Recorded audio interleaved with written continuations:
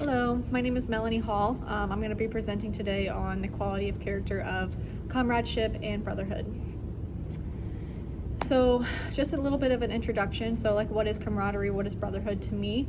I think brotherhood and comradeship is something that represents family, right? So it could be someone that's your actual blood sister, but it could also be someone who's not related to you at all. And I think it's defined as someone who's loyal to you, someone who supports you, and someone who always has your back. At the end of the day, I think comradeship and brotherhood or sisterhood is represented in a lot of different team sports, if not all of them. And I think it should be in order to be successful. So I have this little Bible quote here, iron sharpens iron and one man sharpens another. So I thought that really spoke to me simply because I thought it did a really good job of explaining, the definition of brotherhood and camaraderie. I think what it means to me is, obviously it's symbolic, but I think, we have brothers and sisters, related or not related, who we expect to push us to make us better, especially in the athletic setting, right? So I have my best friend or someone I might not even get along with on my team. I'm always going to be pushing them to be their best self, right? Because it's for the betterment of the group. And I thought that quote really just does a really good job of explaining what camaraderie and brotherhood is, because sometimes you get along with everyone on your team and sometimes you don't, but at the end of the day you're pushing each other to be better. So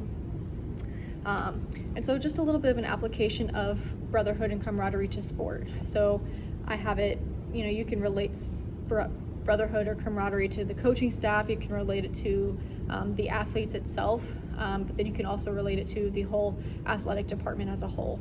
So first, how does brotherhood and camaraderie relate to a coaching staff? So I think, coaches, if there's more than one coach on a staff, you have to be a united front. And I think the athletes need to see that. And I think the united front comes from respect for your coworkers, and I think you have to get along. And even if you don't get along, I think you have to show your athletes that you are together. At the end of the day, you guys are there for the same reason, and that's to better the athletes. And I think the athletes need to see that you guys are on the same page with that. And at the end of the day, coaches, they're leaders of the team. They must exemplify compassion for their coworkers, and they must exemplify compassion for their athletes. Because what comes from that is the mutual respect, right? So if an athlete feels loved and supported by their coaching staff, they're more likely to give that love and respect back to them. So, and that goes a little bit into this quote that I found in one of the textbooks that I really, really love. And it's, coaching is the profession of love. You can't coach people unless you love them. And I think that is 100% accurate. Even if coaching isn't 100% your passion, if you are a coach, you have to love your athletes. And you might get along with some athletes more than others, but it goes along with the camaraderie and brotherhood. It doesn't even have to be just the athletes or just the coaching staff. You have to be able to interwork the coaching staff with the athletes, and they have to get along all together, if that makes sense. So yeah, I think for a coach or a coaching staff to be successful and have success and buy-in with their athletes, they have to show their athletes that they love them or care about them. So how does camaraderie and brotherhood relate to the athlete itself? So I have a few examples up here. So I have we, not me. So at the end of the day, it kind of goes back to the no I in team thing. You are a we. There is no me in a team aspect of sport. So even if they're individual sports versus team sports, you might have a track runner who's doing their own event by themselves, but they still have a whole team depending on them and a whole team supporting them, pushing them to get better. You run against your own teammates in track, right? So your teammates are pushing you to get better, and you're just showing each other love and support at all times.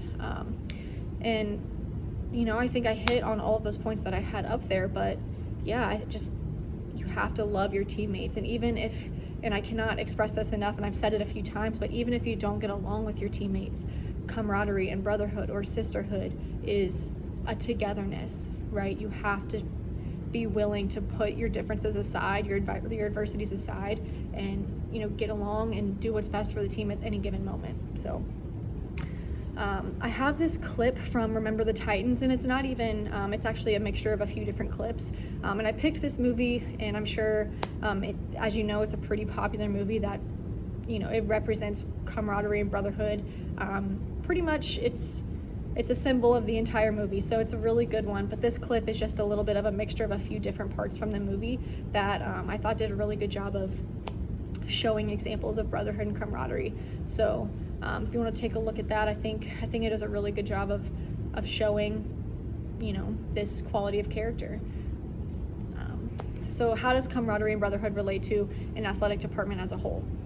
So I think, you have your athletic directors, you have your assistants, you have all of these different positions, different hierarchies. They have to all get along, and even if they don't, they have to be able to be professional and work together really well in order for the department to run smoothly. And you see athletic departments all the time who just they're not organized, they don't do as well as they could in some areas, and that's because of lack of communication. It's lack of support from other coaches. It's lack of direction from the AD or assistant. An athletic department as a whole has to be well molded, and they have to be able to work together. And it's almost like the athletic department is their own team, so that team has to run smoothly. And I have the trickle down effect here. So if the department as a whole isn't running smoothly, how can they expect their coaches and those coaching staffs to run smoothly? And then it goes down to the teams, right? So it's kind of like a stairs effect. If one has to do well for the other, and so on and so forth. So so an example of brotherhood or sisterhood and camaraderie that I've had in my life specifically is, I had a big sister on my soccer team when I was a college athlete. So I came in as a freshman, and the captains and the coach had previously determined who was going to pair up with who, but I was given a big sister, and that big sister was someone that showed me around campus my first few weeks. I could go to them for advice if I wanted. They were just always there to support me if I needed it, and I had that sister all 4 years of my playing career, or 3 years, after she was a year above me. But I think it's a really great concept. It helps welcome the new girls into the team, and it has a really good sense of family. Everyone has a big sister that they can depend on in addition to the rest of their teammates. So I thought that was a really good example of brotherhood or sisterhood and camaraderie that I've experienced myself. One example of camaraderie amongst coaches or an athletic department, I actually found a story on the Michigan coach Jim Harbaugh, who made over $2 million in bonuses this past year, and he actually announced that he was going to be donating the entirety of those bonuses to other coaches and other employees in the Michigan athletic department. And I thought that was a perfect example of a generosity that one coach can give to another, right? So obviously he cares about his coworkers. He cares enough to support those other athletic teams by helping them out financially, and I thought that was a super selfless thing for him to do. So in conclusion, for an athletic team or even just regular businesses, any department, any team, atmosphere, group of people, for them to be successful, brotherhood, camaraderie has to be present. It could be lacking in certain parts. Some people might not get along as well as others, but at the end of the day, this virtue has to be present for anything to be successful. And it goes back to what I said earlier, no I in team. Even if there's a different coach, in the department that needs my help, sure, I'm going to do what I can to help you.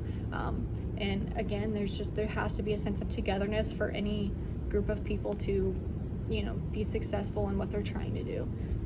And that's why I picked camaraderie and brotherhood, because I thought, what team doesn't have this quality of character? What team doesn't try their best to express this in order to be successful? So it's something that I plan to continue implementing in my coaching style, and something that I hope that I can master the teachings of in order to help any future athletes that I help coach. So I found this picture as well. Family isn't just blood relatives, it's anyone who you love unconditionally.